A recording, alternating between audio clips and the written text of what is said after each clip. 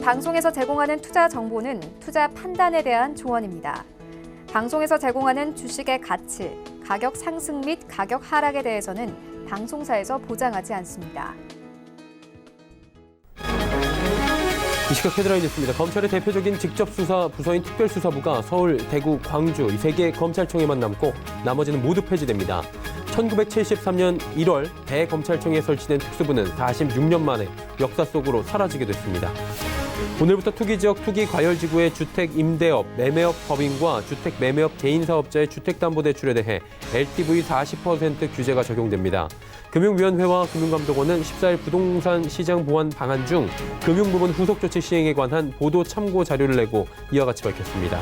금융위는 우선 행정지도를 통해 이날부터 신규 대출 신청분에 대해 LTV 규제를 확대 적용했습니다. 중국의 9월 수출이 작년 동기 대비 3.2% 줄어든 것으로 나타났습니다. 최근의 위안화 약세 추세에도 불구하고 미국의 고율 관세 타격을 피하지 못하며 수출 감소폭이 확대된 것으로 밝혀졌습니다. 국내 최대 모바일 게임 업체 넷마블이 국내 1위 렌털 기업 웅진코웨이 인수 우선 협상자에 선정됐습니다.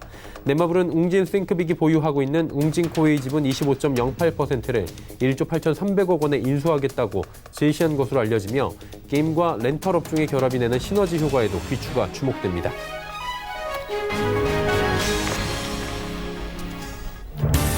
시청자 여러분 안녕하십니까. 오늘장 내일장 일부 출발하도록 하겠습니다. 서정덕입니다. 양시장이 오랜만에 급등 흐름을 동시에 시원하게 만들어주고 있습니다. 월요일부터 기분이 참 괜찮을 것 같은데요. 아무래도 간밤에 들려온 소식 그리고 주말 사이에 들려온 소식들이 호재로 많이 작용을 하고 있습니다. 미중 간의 스몰딜 결과가 나왔습니다. 스몰딜이냐 아니면 이번에도 평행선이냐 얘기들이 많았는데 아무래도 중국 쪽에서는 당국에서는 스몰딜보다는 평행선일 확률도 있다라고 관영지에서는 좀 나온 부분이 있었는데 우려에 불과했던 것 같습니다. 일단은 1%대 급등 흐름 이어가는데 큰 역할을 해주고 있어요. 무역 분쟁은 일단 이번 주 당장 15일에 추가 관세 부분을 막는데 효과를 발휘했고요. 미국 농산품을 중국이 사준다라고 합의를 했습니다. 결과적으로 볼 땐 지금부터 향후에 일어날 만한 단기적인 악재들을 모두 막는 부분에 양 국가가 치중을 좀 한 부분이고요. 불필요한 출혈은 좀 막자라는 부분에 합의를 한 부분입니다. 급한 불은 껐다라는 측면이 강한 겁니다. 그러다 보니 우리 시장 잘 달리고 있고요. 삼성전자 신고가 나오면서 5만 원 오랜만에 돌파했고 국내 증시는 제약바이오 업종 상승 오늘도 이어지고 있는데 지난 주말 사이에 코롱티슈즈 상장 폐지 부분 얘기가 나왔습니다. 1년 동안 또 유예가 된 부분이 코롱생명과학 상한가 오늘 바로 이끌고 있는 부분이고요. 업종 전체 활력 줍니다. 제약바이오 업종은 지금 3주째 급등 흐름을 이어가고 있는 상황이고 일부 종목들은 저점 대비해서 5, 6배가 올라오는 종목들도 보일 정도로 급등 흐름, 이상 급등 흐름이라고 보시는 분들도 계실 것 같습니다. 자, 이제 한 주를 시작하는 월요일 시장 상황이 좋은데요. 박스권 랠리가 지금까지 이어지고 있는 부분이 있었습니다. 2100선을 지난달 후반쯤에 터치한 이후에 2020부터 2080 사이를 지금 계속해서 오가고 있는 상황인데 이 추세상 본다면 2080선 또 뚫어줄 수 있지 않을까라고 기대감이 가는데 어떤 부분을 좀 지켜봐야 할지 하나하나 체크해 보도록 하겠습니다. 코스피부터 만나보도록 하죠. 지수가 2072포인트대까지 올라왔습니다. 이제 박스권 상단 부근까지 올라온 겁니다. 1.36% 올라가고 있는 상황이고요. 하루간의 흐름을 좀 정리해 보도록 하겠습니다. 자, 보시면 2065부터 2074까지 쭉 올라왔습니다. 그리고 현재도 고점 부근에서 움직이고 있는 상황인데 하루간의 흐름 보셨고요. 수급 주체도 확인해 보도록 하죠. 양매수입니다. 개인은 강하게 팔고요. 일단은 개인들 같은 경우에는 하락장에서 지난주에 주 후반에 낙폭이 좀 심화가 되는 과정 속에서 미중 간의 스몰딜이 될 것이다 라는 부분에 베팅을 한 것 같은데 개인 성공했습니다. 그리고 오늘 2,380억 원의 차익 실현을 지금 내놓고 있는 상황이고요. 이 물량들을 기관과 외국인이 받아주고 있는데 기관 전 주체가 골고루 사주고 있고 외국인 같은 경우에도 크진 않지만 558억 원 사주고 선물 시장에서도 순매수를 지금 해주고 있고 누적으로도 외국인은 계속해서 콜 쪽에 지금 선물 베팅을 하는 모습이 포착이 됩니다. 다음 살펴볼까요? 전해드린 대로 삼성전자가 신고가 랠리입니다. 2.14% 반도체 업황 자체가 지금 저점 탈피했다. 뭐 낸드 가격도 안정이 될 것이다. 그리고 스마트폰 판매량 MC 사업부 괜찮다라는 얘기들이 지속적으로 나오고 여기에 미중 간의 무역 분쟁 수출 부분에 대해서도 우리나라도 타격이 줄어들 것이다라는 긍정적인 장밋빛 전망들이 몰려 나오면서 삼성전자, 연기금을 비롯해서 지난주부터 꾸준히 사던 주체들이 오늘도 사줍니다. 잘 가네요. SK하이닉스도 8만 1,000원대 올라왔고요. 현대차가 좀 부진합니다. 12만 3,000원대. 현대차는 레포트상에서 지금 인력 감축을 하지 않는다면 앞으로 수익성이 악화될 수 있다라는 이야기들이 나오면서 오늘 잘 달리는 시장에서 좀 소외되는 모습, 운송장비 업종 자체가 그러다 보니까 오늘 좀 휘청휘청하는 모습들이 보여지고 있고요. 네이버 보합입니다. 다음 살펴보도록 하죠. 자, 보시면 셀트리온, 삼성바이오로직스, LG화학, 신한지주 모두 상승하는 가운데 전해드렸다시피 운송장비 업종만 살짝 조정이 나오네요. 다음 살펴보도록 하죠. 자, 포스코 올라가고요. 포스코도 뭐 저점 탈피하는 모습들 지금 포착이 됩니다. SK텔레콤 소폭 올라가고 금융주도 잘 달립니다. 삼성물산도 올라가고요. LG생건이 살짝 조정 나오네요. 다음 살펴보도록 하죠. 자, 코스닥이 1.53%나 올라갑니다. 지수 어느새 640선 위까지 올라오면서 650포인트 향해 달려가고 있습니다. 다음 살펴보도록 하죠. 638부터 644까지 올라왔고요. 현재 포인트 장중 고점 부근입니다. 다음 살펴보도록 하죠. 자, 이제 수급 주체를 좀 봐야 될 것 같은데요. 오늘 수급 보시면 코스닥은 개인과 외국인이 사주고 있는 상황, 기관이 팔고 있는 상황 포착이 됩니다. 기관은 연기금만 팔고요. 나머지 주체들은 사고 있다라고 보시면 될 것 같습니다. 다음 살펴보도록 하죠. 셀트리온 헬스케어 잘 달리고 HLB 무섭습니다. 지금 오늘 장중에 13만 원도 터치를 하는 기염을 토하고 있는 HLB입니다. 지금 몇 배가 올라오는지 모르겠습니다. HLB 시총 2위까지 올라왔고요. 말문이 살짝 막힐 정도까지 올라가네요. 이게 경고 딱지를 달고도 계속 가는 모습이고 CJENM도 오늘도 2.52% 지난주부터 잘 달립니다. 일단은 CJENM도 16만 원대 위로 올라오면서 17만 원대 향해 가볍게 달려가고 있는 모습이고 오늘은 5G가 살짝 조정이 나오네요. KNW가 7만 원 부근에서 공방벌이고 있고 펄어비스도 20만 원 부근에서 계속해서 공방벌입니다. 다음 살펴볼까요? 헬릭스미스, 메디톡스, 슈젤, SK머티리얼즈, 스튜디오 드래곤까지 모두 상승합니다. 특히나 SK머티리얼즈 지난주에 좀 쉬는 분위기였는데 오늘 잘 달리고요. 스튜디오 드래곤 역시 6만 6천 원대까지 올라왔습니다. 다음 살펴보도록 하죠. 자, 파라다이스 지난주에 큰 폭의 상승 이후에 오늘도 올라가고요. SFA 올라갑니다. 원익 IPS, 솔브레인도 가는 가운데 메지온이 살짝 조정 나오는데 메지온도 사실 저점 대비해서 한 2배가 올라왔고요. 지난번에 조정 나온 이후에 조금 전에 보셨던 헬릭스미스도 하락 쪽에서 다시 상승 반전하고 있고 종잡기가 좀 힘든 대형 제약 바이오 업종들입니다. 다음 살펴보도록 하죠. 원달러 환율은 조정이 나올 수밖에 없습니다. 지난주 방송에서 저희도 살짝 언급을 해드린 바가 있습니다. 미중 간의 스몰딜이 만약에 이런 분위기상 나올 경우에는 달러는 약세로 갈 수밖에 없고 1180원대까지 지금 일목균형표상 지금 구름대가 몰려있기 때문에 지금 저점 1180원대까지 내려올 수 있다라고 분명히 말씀을 드렸는데 지금 1181원대에서 움직입니다. 원화 강세, 달러 약세 흐름이 이어지고 있는 상황입니다. 금일본 방송에서 제공해드리는 정보는 투자 판단에 대한 조언일 뿐입니다. 해당 주식의 가치와 수익률 보장해드리지 않는다는 점 참고해 주시길 바랍니다.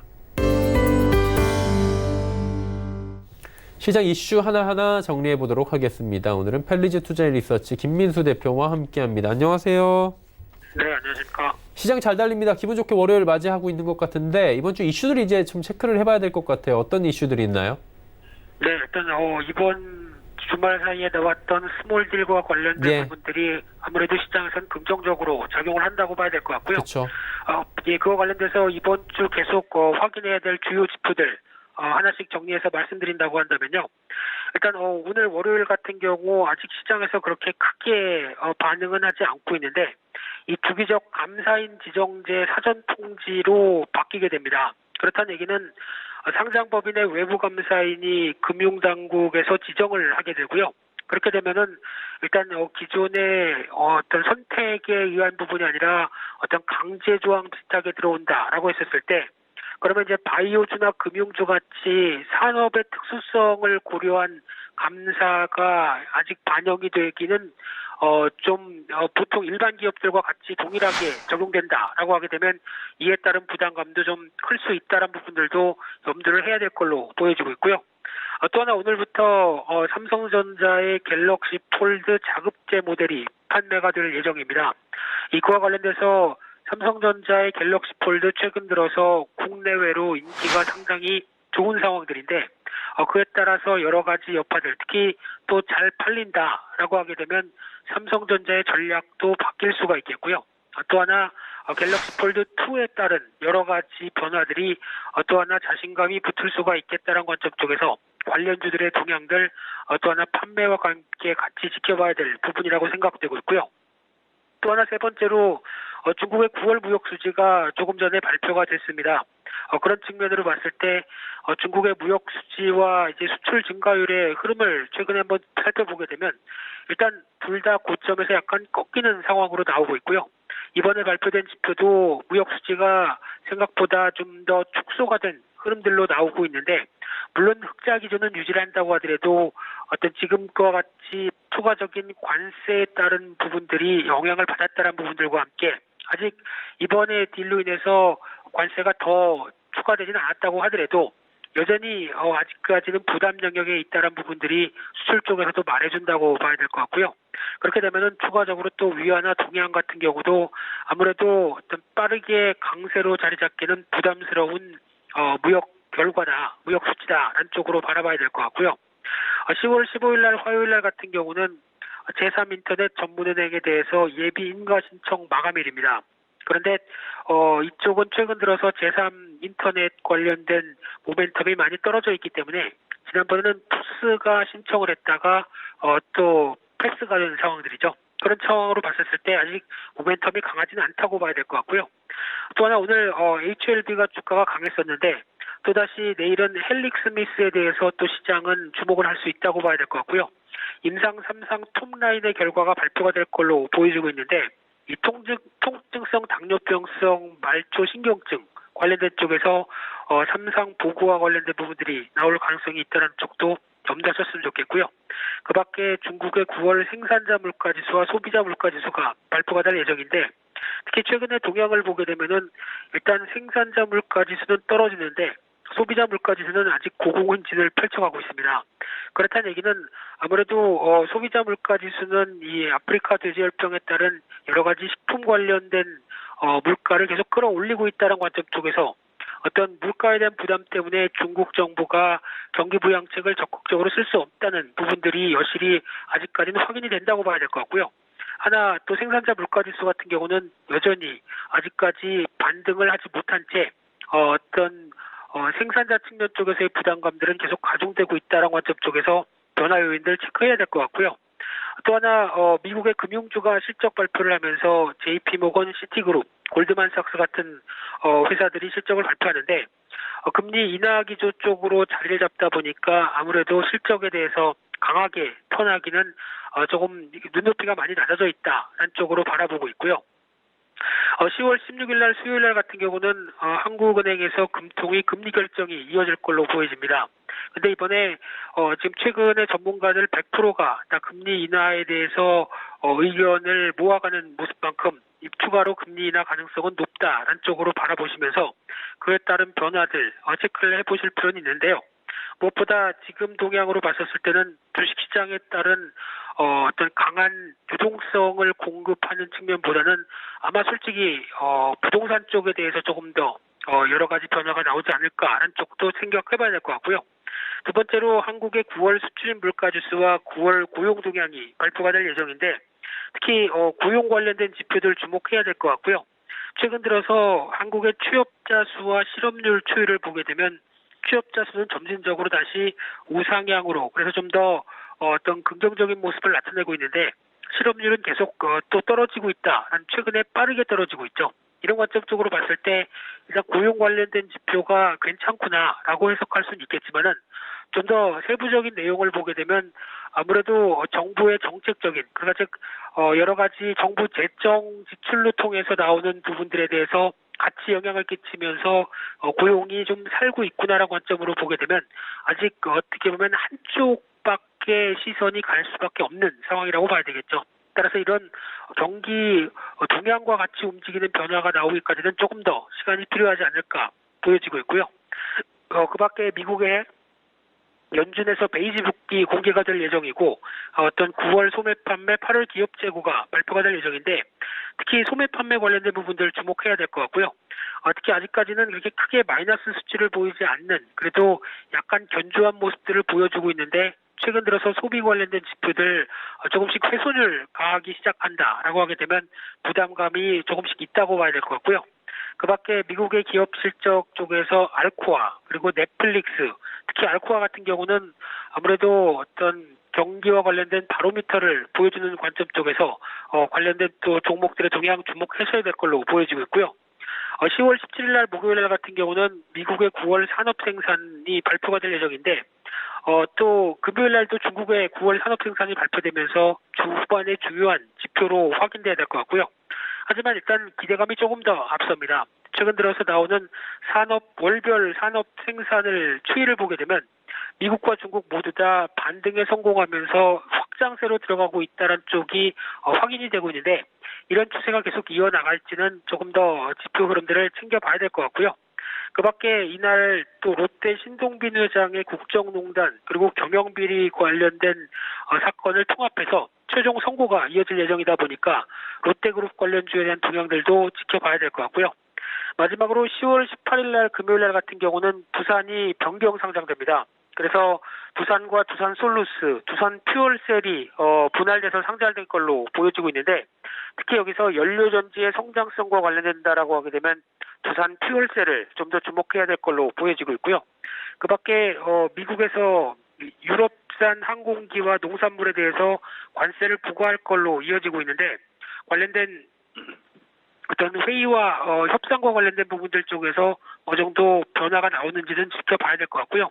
그 밖에 중국의 3분기 GDP, 9월 산업 생산, 소매 판매, 구정자산 투자 모두 다 중요한 중국의 지표가 금요일 날 발표된다는 점도 주목을 하셔야 될 것 같은데 아무래도 3분기 GDP 중국의 연간 성장률이 일단 지난 분기 같은 경우는 6.2%대로 상당히 또 많이 낮아진 만큼 이번에도 이 정도 수준에서 그렇게 크게 변하지는 않지 않을까로 바라보고 있는데 중국의 어떤 성장세는 일단 하향화 들어왔다는 부분들은 모두 다 알고 있는 사실 속에서 어떤 그래도 정부의 정책적인 변화들이 계속 가세가 될 수 있는지 이 부분을 체크하는 게 상당히 중요하다고 봐야 될 것 같습니다.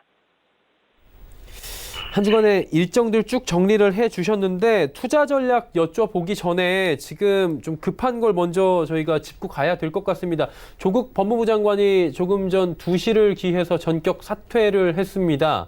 여러 가지 지금 얘기들이 나오고 있는 상황이고 주식시장에 영향도 분명히 있을 것 같은 게 이게 피 리스크라고 해갖고 뭐 폴리틱 리스크, 정치적 리스크가 국내 시장에도 굉장히 지금 만연해 있다라고 얘기가 나오는데 이 기점으로 해서 어떤 좀 변곡점이 될 수 있는 부분이 있을까라는 궁금증이 생기는데 시장에 영향이 좀 있을까요? 일단 단기적인 부분으로만 한정돼서 보게 되면 시장에서 움직였었던 조국 관련주, 우월한 어떤 정치적 테마주들은 한번 좀 꺾이는 모습들이 나올 거로 봐야 될 것 같고요. 그런 어떤 단편적인 흐름들을 지나서 좀 더 총합적인 흐름을 보게 되면 일단 최근에 들어서 정치적인 분위기가 약간 양분되기 시작하면서 시장에 대한 어떻게 보면 불확실성을 계속 키웠던 모습들인데 오히려 이를 통해서 약간 어떤 정치적인 리스크의 불확실성을 조금 더 다독일 수 있다라고 하게 되면 오히려 이런 부분들이 앞으로 시장 변화에 조금 더 긍정적일 수 있지 않을까 생각은 들고 있는데요. 그러나 일단 여러 가지 부분들이 어떤 정치적인 부분인 만큼 아무래도 주식시장에 직접적으로 미치는 영향보다는 어떤 뉘앙스와 관련된 부분들이 앞으로 좀 더 중요하지 않을까 생각되고 있는데 앞으로의 어떤 대통령이나 지금 집권 여당 쪽에서 어떤 식의 분위기를 만들어서 다독여 갈지는 조금 더 지켜봐야 될 부분이 아닌가 그렇게 생각되고 있습니다. 예, 그렇다면 이제 마지막 질문 드리면서 오늘 시간 마무리해야 될 것 같은데 이번 주 투자 전략은 지금 종합적으로 볼 때 어떻게 가져가는 게 좋겠습니까? 네, 아무래도 기대감이 조금 앞선 시장 흐름들이다라고 봐야 될 것 같고요. 특히 이제 이번에 무역 분쟁 관련된 어떤 스몰딜, 정확하게 얘기 드리면은 미니딜이라고 봐야 될 것 같고요. 또 혹자로는 나노딜이라고도 얘기를 하는데 일단 가장 핵심적인 게 농산물 관련된 부분들이죠. 근데 이 부분에 타결을 봤다는 얘기는 어떻게 보면 미국도 어떤 농민의 표심을 잡아야 될 트럼프 대통령의 입장과 그리고 중국도 아프리카 돼지열병으로 이제 돼지를 다시 키워야 되기 위해서는 사료가 필요하다는 입장 쪽에서 어떻게 보면 필요에 의해서 합의를 봤던 부분들이 가장 크다고 봐야 될 것 같고요. 그러면 시장은 단순하게 이 어떤 스몰 딜과 관련된 쪽에 대해서 어떤 포인트를 맞춘 게 아니라 그러면 이제 입장차가 확인이 됐기 때문에 그에 따라서 어느 정도 2차, 3차로 가면서 점진적인 변화가 나오지 않을 것이냐라는 기대감이 더 깔려있다고 보는 게 맞다고 봐야 될 것 같습니다. 하지만은 불확실성은 여전히 남아있다고 봐야 될 것 같고요.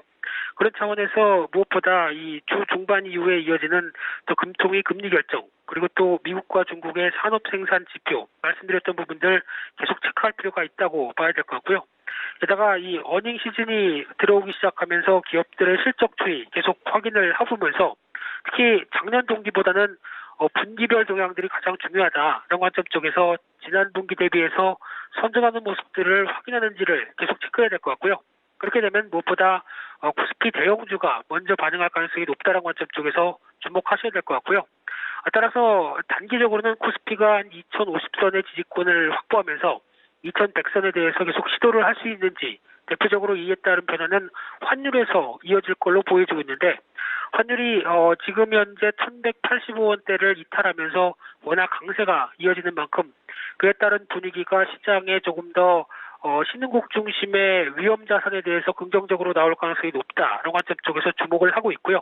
따라서 변동성은 여전히 커질 가능성은 있다고 보여지고 있기 때문에 현금은 적정 현금은 보유를 하면서 계속 시장에 대해서는 어떤 추세적인 흐름들은 강화될 가능성이 높다는 관점 쪽에서 시장 흐름들 확인해 나가셔야 될 걸로 보여지고 있습니다. 네, 오늘 말씀은 여기까지 듣도록 하겠습니다. 고맙습니다.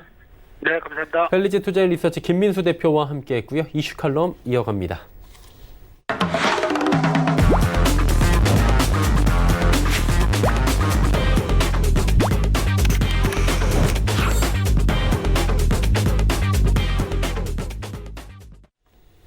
이슈 칼럼 이어가도록 하겠습니다. 오늘은 미중산업경제연구소 조용찬 소장과 함께합니다. 소장님 안녕하세요. 네, 안녕하십니까. 예, 스몰딜 좋은 소식이라고 할 수 있을 것 같은데 있었고요. 이번 주부터 미국은 또 어닝 시즌 돌입한다라는 얘기가 들려오더라고요. 금융주 하이테크 실적 발표가 예정돼 있는데 어떻습니까? 어닝 서프라이즈 좀 기대해봐도 될까요? 네, 어닝 서프라이즈는 사실상 기대하기는 조금 어려울 듯 보이고요. 아무래도 관심사항은 은행과 하이테크주 쪽에 몰릴 가능성이 크다고 보여집니다. 화요일 날이죠. JP모건, 골드만삭스, 시티그룹, 웰스파고를 시작으로 해서 은행주들의 실적 발표가 예정되어 있는데요. 두 차례 금리 인하에 이어서 4분기 중에도 한 차례 금리 인하에 나설 것으로 보여진다는 점에서 이자 수익 감소로 주당 순이익 증가율은 금융업종에서만 마이너스 1.2%로 3년 만에 전년 대비 감소할 가능성이 큽니다. 다행스러운 점은 미국의 주택 관련 경제 지표들은 상당히 좋기 때문에 주택 대출 업무와 관련된 대출 전망이 밝다는 측면에서 어닝 쇼크 가능성은 좀 낮을 것으로 예상이 됩니다. 하이테크 업종 같은 경우에는 수요일날 동영상 스트리밍 기업인 넷플릭스 그리고 IT 서비스 회사인 IBM을 시작으로 해서 본격적으로 실적이 발표가 되는데요. 이 중에서 넷플릭스 같은 경우에는 2분기에 가입자 수가 큰 폭으로 감소했습니다. 여기에 11월 달이 되면은 디즈니가 동영상 서비스가 시작되기 때문에 앞으로도 실적 악화를 피할 수는 없지 않을까 생각이 됩니다. 이 밖에도 의료보험 회사인 유나이티드 건강이라든지 제약회사인 존슨앤존스, 항공기 업체인 유나이티드 컨티넨탈, 그리고 알코아, 한유엘, 코카콜라 같은 기업들이 실적을 발표하는데요.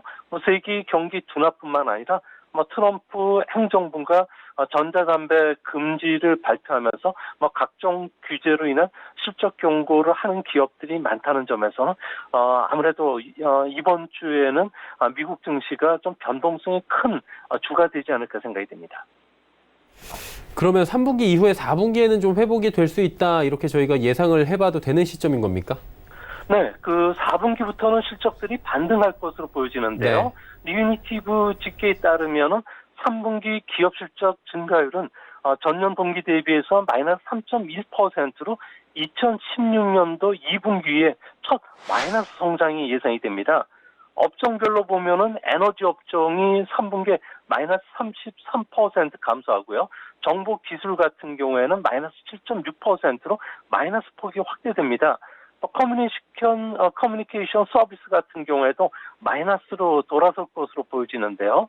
이 때문에 S&P 500의 전체 순이익도 감소가 될 수밖에 없는 상황입니다. 좀 다행스러운 것은 실적을 좀 더 길게 내다보면요. 4분기에는 금융이나 유틸리티가 두 자릿수 실적 증가세로 돌아설 것으로 보여지고요. 2019년도의 실적은 두 자릿수 증가가 하는 업종이 없지만 2020년도에는 11개 업종 중에서 6개 업종이 두 자릿수 증가가 예상이 된다는 겁니다. 결국 지난주에 있었던 미중 장관급 무역 협상에서 부분적 합의가 이루어졌고요. 또 4분기 기업 실적과 관련된 호전과 관련된 그 예상치들이 나오기만 한다면은 아무래도 투자 심리는 점차 개선이 될 것으로 보여지는데요. 이 때문에 앞으로 미국 증시와 관련된 투자의 키포인트는 3분기 실적보다는 4분기 이후에 실적 회복 모멘텀이 어떤 기업이 강한지가 더 중요한 요소를 차지할 것으로 보여진다는 점에서 기업 실적 회복세가 뚜렷한 업종을 중심으로 해서 펀드를 갈아타는 움직임들도 상당히 좀 활발하게 나타나지 않을까 생각이 됩니다. 그리고 국제투자은행 보고서 보면 요즘에 반도체 경기 사이클에 대한 긍정적 보고서들이 많이 보이던데 어때요? 회복에 대한 기대감을 이제 좀 가져봐도 되는 겁니까? 네, 그렇습니다. 정보기술 업종 중에서 반도체가 차지하는 비중이 한 50% 정도 되는데요. 반도체와 관련해서는 선행지표 역할을 해주고 있는 반도체 판매라든지 글로벌 제조업 PMI나 그리고 필라델피아 반도체 지수 같은 경우에는 모두 경기 회복과 관련된 아주 긍정적인 신호음들을 내고 있습니다. 가장 먼저 반도체 판매 금액을 보면요. 전년 대비 증가율이 올해 1월부터 마이너스로 들어섰고요. 2월 달에는 두 자릿수 마이너스 성장을 하는 역성장세가 뚜렷했는데요. 하지만 6월, 7월, 8월에 들어오면서 하락세가 주는 안정성장기에 들어가는 모습이 뚜렷합니다. 여기에 주요국들의 제조 PMI도 개선이 되고 있는 것도 호재인데요. 9월 달에 글로벌 제조 PMI 같은 경우에는 49.7로다가 8월보다는 0.2%포인트 상승했고요. 7월에 비해서는 무려 0.4%포인트 정도가 개선이 됐습니다. 이 중에서도 제조 PMI를 이끌어가는 신규 수주나 재고 밸런스 부분에서도 회복세가 뚜렷하다는 점에서 앞으로 기대감을 가져셔도 될 것으로 보여지고요. 특히 수요 산업을 대표하는 삼성과 애플 같은 경우에는 신형 스마트폰의 그 생산 대수가 당초 계획보다 10% 이상 늘어날 것이라는 전망 보고서들이 지금 최근 잇따라 나오고 있습니다. 최종 수요가 그만큼 강해지기 때문에 내년도에 반도체 판매 같은 경우에는 플러스로 전환될 가능성이 높은데요. 이 때문에 펀더멘털 개선에 따라서 필라델피아 반도체 지수가 시간이 가면 갈수록 점점 강해질 것은 분명해질 것으로 예상이 됩니다. 결국에 반도체 경기가 지금 바닥을 친 것 같다라고 결론이 날 것 같은데 필라델피아 반도체 주가 큰 폭의 변동성도 지금 무시를 할 수가 없는 상황인 것 같은데 이 변동성은 이유가 뭡니까? 아무래도 최근 들어서 반도체 제조 장치의 출하 지수가 회복세로 돌아서면서 반도체 주가가 7월 이후 점점 저점을 높여가는 추세이긴 하는데요. 아무래도 주가 변동성이 큰 것은 WSTS라고 해서 세계 반도체 시장 통계 조사에 따르면은 올해 반도체 출하액은 마이너스 13.3%로 좀 부진하다는 겁니다.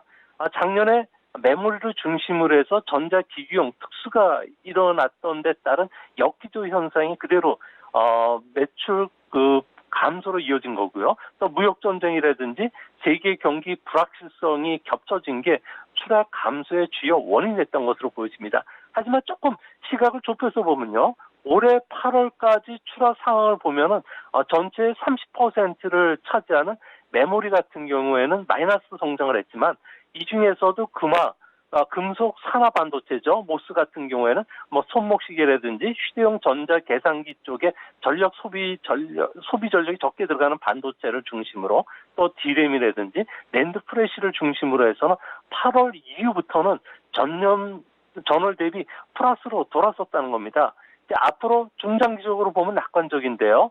차량용 시스템이나 인공지능과 같은 분야에서는 반도체 수요가 워낙에 강력하고요. 또 데이터 센터 및 5G 보급에 따른 기지국 수요, 여기에 스마트용 공급도 확대될 수가 있다는 겁니다.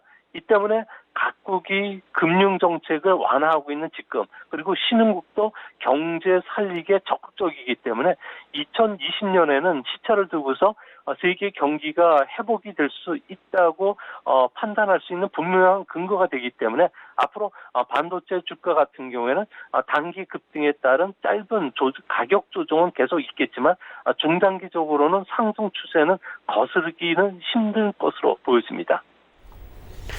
그리고 스몰딜 얘기를 잠깐 해봐야 될 것 같은데 미중 간의 무역 분쟁 지금 일단은 추가 관세 부과는 없는 것으로 얘기가 나왔는데 급한 불 끈 거잖아요. 앞으로는 이 관세를 뭐 철폐를 해야 된다 이렇게까지 가야 될 것 같은데 무역 전쟁 종결까지는 좀 아직까지 시일이 걸리겠죠?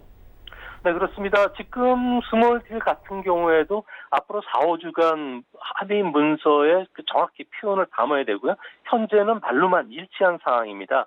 하지만 조금 긍정적인 것은 중국이 그동안에 좀 수입의 소극적 겸 농산물 수입을 확대해줬다는 점, 그리고 위안화 절상, 그리고 증권을 비롯해서 선물 시장과 관련된 개방을 내년 1월 달부터 순차적으로 하겠다고 합의를 했다는 점입니다. 아무래도 미국 같은 경우에는 금리 역전 현상이 이어서 제조업 채광 경기가 안 좋아졌기 때문에 선거를 앞두고 트럼프 대통령도 하나둘 확실히 챙겨가면서 중국을 압박하겠다는 그런 생각인 것으로 보여지고요.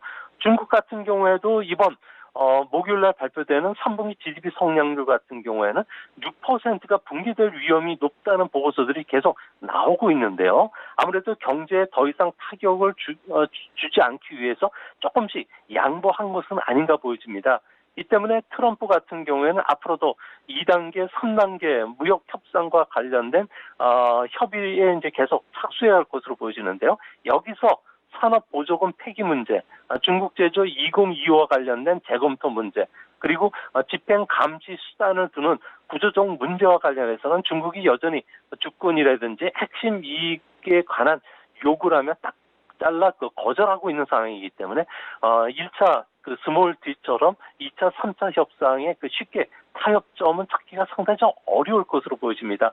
특히 중국 같은 경우에는 화해에 대한 금수 조치 해제도 현재 2, 3차 협상에서는 강하게 요구할 것으로 보여진다는 점에서 앞으로 무역 전쟁과 관련된 빅딜 문제는 언제 종식될지, 언제가 끝나게 될지는 알 수 없는 상황이지 않을까 생각이 됩니다. 네, 중국 같은 경우에는 농산물 사주는 것에 대해서 최근에 굉장히 반대가 강했던 걸로 아는데 스탠스가 완전히 변한 거예요. 이유가 있을 것 같은데 어떤 이유입니까? 네, 트럼프 같은 경우는 이번 협상은 자신의 공이라고 취하면서 중국의 농수산물 구매는 사상 최대다. 미국의 농부들은 땅과 트랙터를 사서 중국 특수에 대비해야 된다고 기자에게까지 강하게 이야기를 하기도 했는데요. 트럼프가 이처럼 자화자찬을 늘어놓은 것은 아무래도 농업 부분에 관련해서 상당한 합의를 이뤘고, 이 때문에 현재 콘벨트 쪽에서 자신이 지지율이 떨어졌던 것을 만회하기 위한 뉘앙스로 보여집니다. 하지만 중국 입장에서는 농업과 관련돼서 합의라는 표현은 쓰지는 않고 협력이라는 단어를 쓰고 있고요. CCTV에서도 3번만 짧게 협상 소식만 내보냈습니다. 아무래도 지난 5월달 합의 뒤에 트럼프가 밥상을 뒤집어보면서 이런 아픈 트라우마를 갖고 있기 때문에 이번에는 상당히 조심스럽게 나가는 모습인데요. 문제는 중국이 500억 달러에 달하는 미국 농산물 구입을 해주기로 말로는 이야기를 했지만 이 규모는 2012년도 사상 최고의 농산물 수입을 해줬을 당시가 260억 달러에 불과하기 때문에 이거의 배 이상 늘어난 규모입니다. 또한 작년 같은 경우에는 90억 달러밖에 수입을 안 했는데 만약에 5배 이상 급증해서 수입을 한다면 중국의 농축산가들로부터 비난을 받을 수가 있기 때문에 그런데요. 중국 같은 경우에는 돼지고기 가격이 지금 폭등하면서 라오바이싱이라고 하는 서민들의 불만이 고조됐던 것들이 아무래도 농축산물과 관련된 수입을 확대시켜주는 쪽으로 잡았지만 문제는 500억 달러 규모가 실제 수입할 수 있느냐가 문제가 될 것으로 보여집니다. 중국이 국내 그 부족한 돼지고기 800만 톤 전량을 수입하겠다고 하더라도 미국이 공급할 수 있는 양은 100만 톤에도 못 미치기 때문에 앞으로 무역협상 과정에서 농산물과 관련해서 상당히 좀 난항을 겪을 가능성도 크지 않을까 보입니다. 조금 전에 중국이 내년부터 증시 개방한다 하셨는데 이 부분 조금 더 들어볼 수 있나요? 네, 현재 중국 같은 경우에는 투신 펀드를 통해서 중국 증시에 투자하려면은 QP 펀드 쪽에 그 자격을 갖고 있는 해외 기관을 통해서 간접 매매를 할 수가밖에 없는데요. 하지만 내년도부터는 증권사들도 중국 그 시장에 직접 투자할 수 있는 길이 열리게 됩니다. 뭐 구체적으로 보면요, 채권이라든지 자산운용 업무, 보험 업무, 증권 브로커 업무, 선물 시장, 그리고 증권과 관련된 일반적인 그 사항까지 모두 개방이 그 순차적으로 진행이 되는데요. 중국 정부는 2021년도에 금융업 개방을 하겠다고 했지만 1년 앞당긴 것으로 나오고 있습니다. 뭐 지금까지 외국 증권사들 같은 경우는 중국에 진출하려면 합작 증권사로 가야 되지만 앞으로는 단독 전액 출자가 가능하게 됩니다. 그러면서 주식뿐만 아니라 선물도 자기 매매할 수가 있게 되고요. 또 중개 업무도 할 수가 있게 됩니다. 이렇게 되면은 국내 증권사들도 개인용 웰스 매니지먼트라든지 새로운 비즈니스 사업과 관련된 그 부분을 판촉할 수가 있게 되고요. 또 홀세일 비즈니스도 가능하게 됩니다. 문제는 중국 시장이 이렇게 활짝 열리게 되면은 MSCI, FTSE, 블룸버그, 바클레이스 그 글로벌 지수에 중국 증시가 이전보다 빠른 속도로 편입 비중이 높아진다는 건데요. 이렇게 되면 같이 경쟁하고 있는 신흥국 증시인 우리 쪽에서는 아무래도 외국인들의 편입 비중 축소가 빨라진다는 겁니다. 그렇게 됐을 경우에 중국으로 이탈하는 자금 때문에 국내 증시도 한번 내용을 겪을 수밖에 없는데요. 중국과 관련해서는 결국 비즈니스 찬스는 생기겠지만 세계 2위 증시인 중국 증시의 국제 메인 플레이어들이 선언물을 이용한 단기 매매에 상당히 활발하게 진출한다는 점에서 국내 증시도 중국 증시의 급변동에 따라서 주가 변동성이 커질 수 있기 때문에 앞으로 국내 주식시장에 투자하실 때는 상당히 좀 보수적인 측면에서 그 매매가 하실 필요가 있지 않나 생각이 됩니다. 네, 중국 증시 관련 이야기까지 나눠봤습니다. 오늘 말씀 여기까지 듣겠습니다. 고맙습니다. 예, 감사합니다. 미중산업경제연구소 조용찬 소장과 함께했습니다.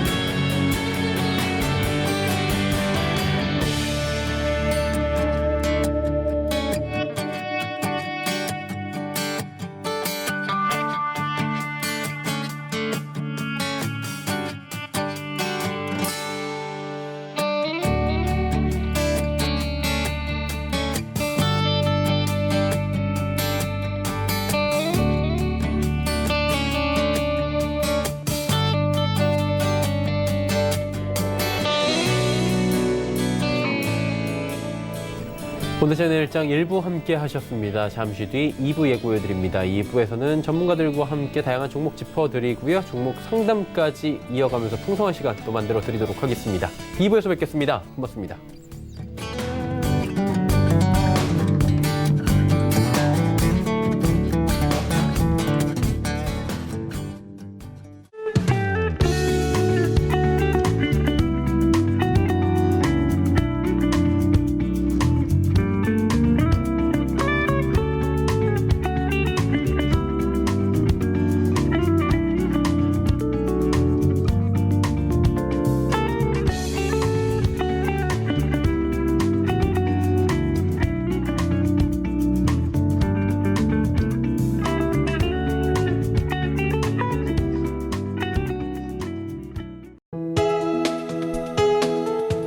방송에서 제공하는 투자 정보는 투자 판단에 대한 조언입니다. 방송에서 제공하는 주식의 가치, 가격 상승 및 가격 하락에 대해서는 방송사에서 보장하지 않습니다.